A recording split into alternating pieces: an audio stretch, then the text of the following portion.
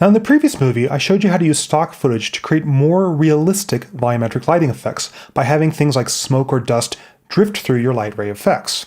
In this case, I use this clip. It's from the Art Beats Alien Atmospheres collection, and you see it has some very nice drifting, swirling smoke. However, you don't need to use stock footage. Many programs, such as After Effects, have plugins which help recreate natural phenomenon. May not be as realistic, but it certainly is more cost-effective. So let's see how to do that. I'm going to go ahead and start a new composition called Turbulent Noise. I'm going to create a layer, New, Solid, to apply my plugin to. Give it a name such as Noise.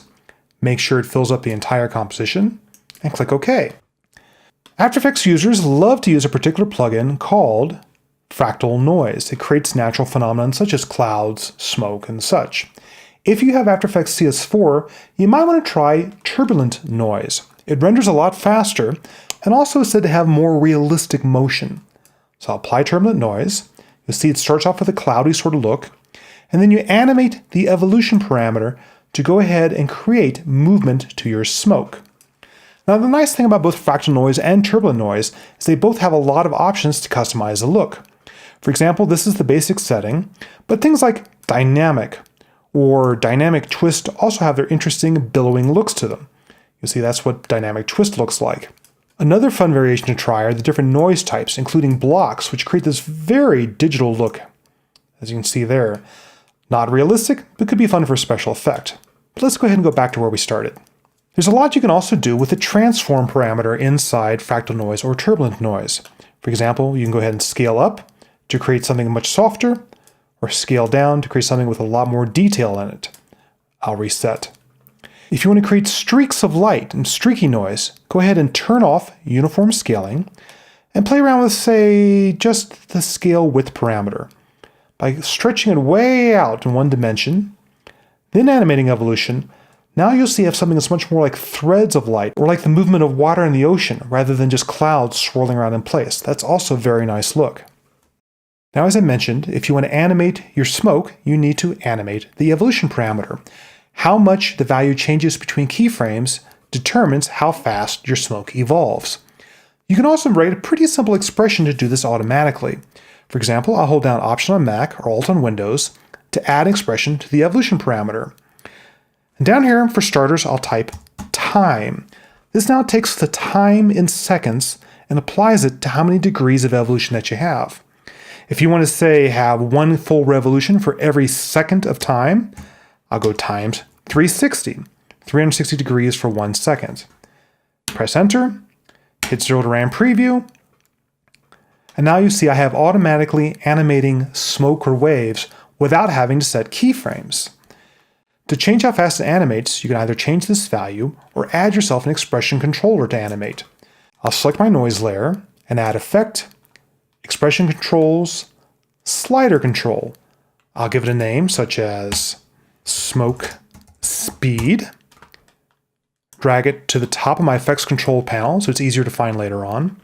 And I'll go ahead and replace this number with my slider. Drag the pick whip up to the slider value, release the mouse, press enter, and now this slider value will determine how fast my smoke evolves. 0, nothing happens. If I want very slowly drifting smoke, I'll enter a smaller number like 100. RAM preview. And now you see I have much more slowly evolving smoke. The nice thing about this is I just have one parameter to go ahead and enter without having to change keyframes. That's why I like these auto-animating parameters using expressions. We'll let that go. Now I have much more slowly evolving smoke. Now this Turbulent Noise plugin was introduced in After Effects CS4. It's accelerated by the GPU in your computer, which means it's pretty fast, so you can go ahead and use it directly in a project without worrying about rendering times. However, if you have After Effects CS3 or earlier, you have to use the Fractal Noise plugin, which can be slow.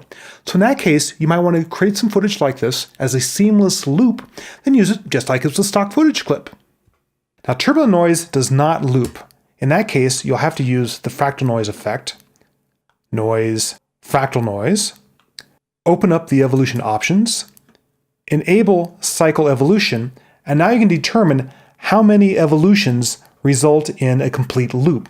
say that I wanted to have one loop for 4 seconds here, I'd go to the start of my time, I'd go ahead and set 1 keyframe for evolution, then I'd go to the end of my timeline, press end, plus 1 frame. It's important that the second keyframe be beyond the end of your timeline. If you place it here on your last frame, it would just repeat the first frame and you'd have a hitch in your motion. So I'll press page down, go beyond the edge of my comp, enter 1 cycle for my evolution, press 0 to RAM preview, and now you'll see that I have perfectly repeating loopable smoke, clouds, whatever you want to call it, to use for my background. And again, render it, keep it around, and use it just like it was stock footage. This synthetic cloud or dust works particularly well with things such as the Lux plugin I was showing earlier. I'll twirl up on my Lux comp, open it. Previously I had this stock footage of smoke, but I'll select the layer, go back to my composition with Turbulent Noise, do Command Option or Control Alt / and replace it with the noise I created inside After Effects. I'll go ahead and end my workspace here and RAM preview. And now you see the fractal noise we created earlier is creating this pulsing look inside my lights in Lux. Now if I don't want it to be stationary, if I wanted to actually move, I can just go back to my Turbulent Noise layer, open up its vector controls again, and play around with its transform settings some more. In addition to scaling it, I can also offset my turbulence, including making it animate up and down. So I'll go to the start of my comp, set 1 keyframe, go to the end of my comp, I'll go ahead and set a second keyframe where it's drifted downward ever so slightly, go back to my Lux composition, RAM preview, and now you see that the smoke I created is slowly drifting downward. There we go. And of course I can modify it further if I like. Now personally, I prefer to use footage of the real thing whenever I can. It looks more realistic, it looks more organic. I tend to have some stock footage clips around that I use all the time. If you have a camera, you can go out and try to shoot your own natural phenomena and use that instead. However, if you don't have footage you can use, you can always use plugins like Fractal Noise or Turbulent Noise and create some of your own. Hope this helps, and now you can create some much more realistic looking volumetric light effects. Take care.